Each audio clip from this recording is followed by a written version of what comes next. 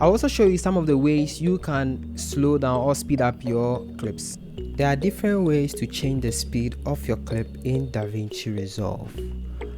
One way to do this is to right click on your clip and come to change clip speed.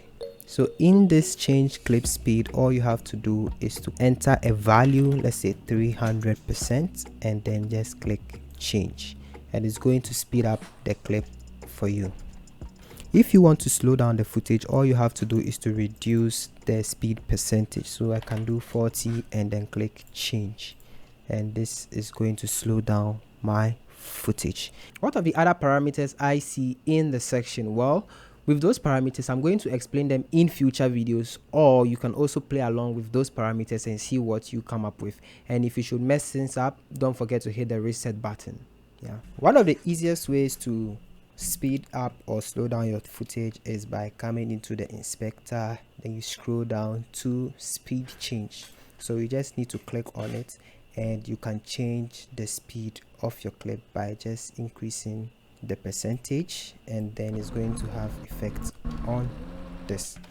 So taking the ripple is going to fill in the space after the speed has been created.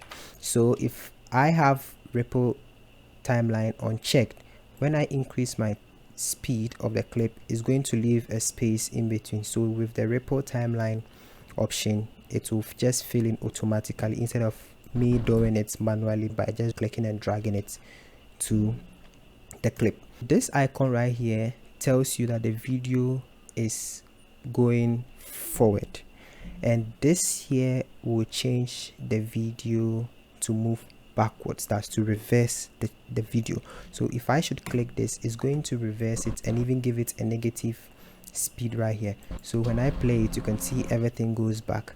And another thing you can also do is to freeze frame. So with this freeze frame feature, any frame that has been seen in the timeline monitor, if I should click on freeze frame, it's going to make a cut, and whatever that is left of your footage is going to be frozen. I want you to take note of this. Any negative speed values that you get is reversing your clip wherever, anywhere, in any software. I repeat, any negative value will reverse the clip. You copy over. Editor 1, you copy.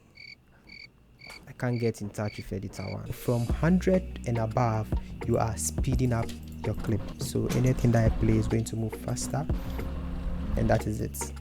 You can play along with those parameters and see what works best for your clips.